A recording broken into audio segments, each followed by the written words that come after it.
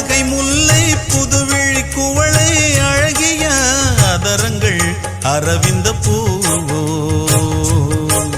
உன் கன்னங்கள் ரோஜா கொடியிடை அல்லி நிறத்தினில் நீயொரு செவ்வந்தி பூவோ செண்பகம் ஒன்று பெண்முகம் கொண்டு எனக்கென பிறந்ததோ